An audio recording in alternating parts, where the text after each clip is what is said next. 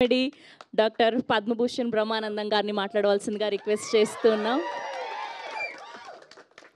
నేను ఎవరికి డబ్బులు ఇవ్వలేదు, వాళ్ళంతటి వాళ్ళే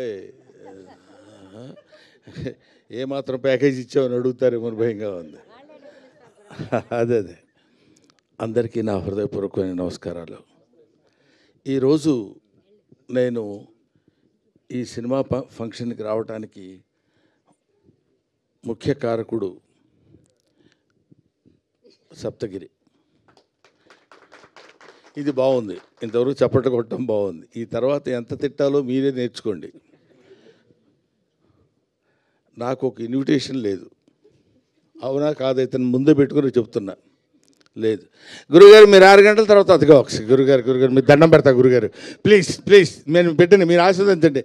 నేను అదిగో 6 గంటల తర్వాత నేను ఇక్కడికి వచ్చి వెళ్ళిపోవాలంట.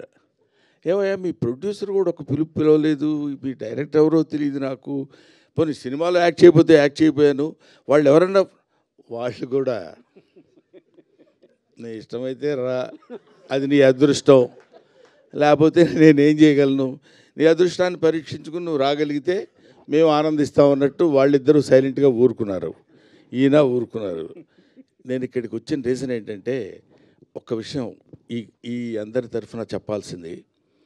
చిరంజీవి గారు మొన్న నా బ్రహ్మానందం ఆడియో రిలీజ్ ఫంక్షన్కి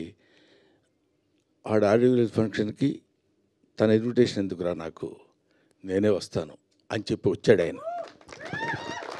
మనం పెద్దవాళ్ళ దగ్గర నుంచి నేర్చుకోవాల్సినటువంటి విషయాలు చాలా ఉన్నాయంటానికి అందులో ఒక విషయం అది రీసెంట్గా నేర్చుకున్నాను. కాబట్టి తమ్ముడు సినిమా కంటే హాస్యనటుడి సినిమా సక్సెస్ కావాలనే కోరికతోటి నేను ఇక్కడికి వచ్చాను. ఇందులో పిలుపులు, బొట్టు పెట్టి పిలవటాలు అలాంటివన్నీ అది ఫార్మాలిటీస్, కానీ అవి స్నేహితుల మధ్య జరిగాయి, ఆత్మీయుల మధ్య జరగవు. ఆత్మతో కనెక్ట్ అయ్యి సోల్మేట్స్ ఉంటారు చూడండి, వాళ్ళతో ఉండదు. ముఖ్యంగా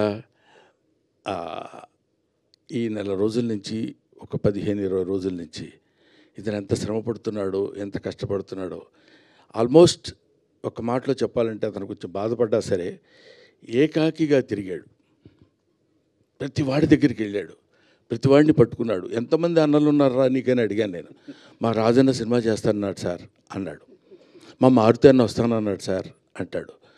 మా ఇది డార్లింగ్ సీన్ అన్న రాస్తానన్నాడు సార్ అంటాడు. ఇలాగా తన్ను తాను అందరితో కలిసిపోయి తన ప్రతిభని ప్రదర్శించి భగవంతుడు నిజంగా ఇందాక సరదాగా జోవియల్గా చెప్పారేమో నాకు తెలియదు, కానీ బయట పూజలు చేస్తాడని మన మారుతి గారు కనిపించని దేవుళ్ళందరికీ మొక్కున్నాడు. ఎందుకంటే ఈ సినిమా సక్సెస్ అయ్యి నన్ను ఆశీర్వదిస్తే, సినిమాని నమ్ముకొని వచ్చినందుకు నేను హాయిగా 4 మెతుకులు తిని బతుకుతానన్నా, అందుకని అడుగుతున్నానన్న. ఇది అతను నాతో చెప్పిన మాట. ఈ మాట నేను మీతో పంచుకోవాలి. అందుకోసమని నేను ప్రత్యేకంగా ఈ సినిమాతో నాకు సంబంధం లేదు, ప్రొడ్యూసర్తో సంబంధం లేదు, డైరెక్టర్తో సంబంధం లేదు, డబ్బులు ఇవ్వలేదు. అయినా సరే నేను ఒక హాస్యనటుడు ఎప్పుడు ఒంటరి అవ్వకూడదు. ఎవరైనా ఒంటరిగా ఉండొచ్చు. ఎందుకంటే అండి, ఒక చిన్న మాట చెప్పాలి. తెల్లవారు లేస్తే మిగతా హీరోలందరూ, హీరోయిన్స్ అంతా ఎలా ఉంటారో నాకు తెలియదు, విలన్స్ ఎలా ఉంటారో తెలియదు, కానీ కమెడియన్స్ మాత్రం మిమ్మల్ని ఎలా నవ్వించాలి, మామూలుగా ఉన్న ఫేస్ కూడా వికృతంగా పెట్టడానికి ట్రై చేస్తాం. అది గారు అనాలి అంటే నవ్వుతారేమో ఆశ. అలాంటి అనేక రకాలైన ఎక్స్ప్రెషన్స్ పెట్టి మిమ్మల్ని నవ్వించి మీ ఆశీస్సులు పొంది 10 కాలాల పాటు బతుకు తెరువు సాగించాలనుకునే నటుల్లో హాస్యనటుడు ఒకడు. కాబట్టి హాస్యనటుడు ఎప్పుడు ఒంటరి వాడు అవ్వకూడదు, వాడికి అందరూ ఉండాలి. ఎందుకంటే అతని ప్రవృత్తి, అతని వృత్తి ఏంటంటే మనల్ని నవ్వించడం. అటువంటి పవిత్రమైన పనులు చేసేటువంటి వాడి హాస్యనటులు అంటారు. కాబట్టి మాతృదేవోభవ, పితృదేవోభవ, ఆచార్య దేవోభవ, హాస్యనట దేవోభవ. Thank you very much.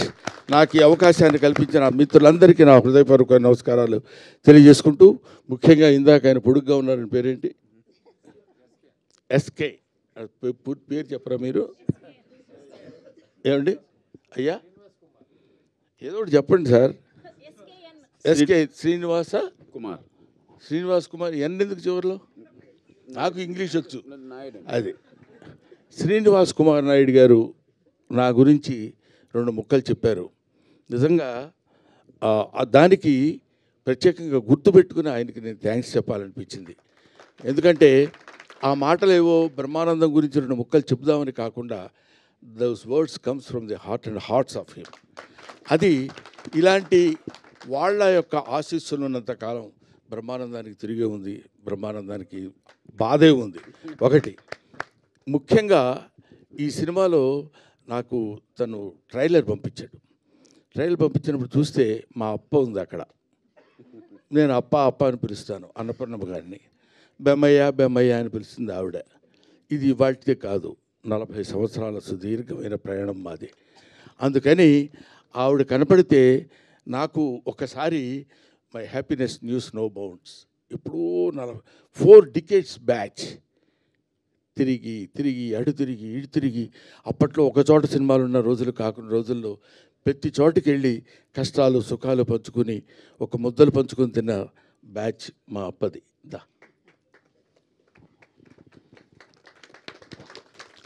ఇప్పుడు తలకి రంగేయటం మానేసింది, కానీ ఒకప్పుడు అబ్బు. థ్యాంక్ యూ నాన్న, thank you very much. I wish all the best. Pellikani Prasad మంచి హిట్ చేసి మంచి హాస్యనటుడికి మంచి జీవితాన్ని ఇవ్వమని మనస్ఫూర్తిగా కోరుకుంటూ సెలవు తీసుకుంటాం. Thank you.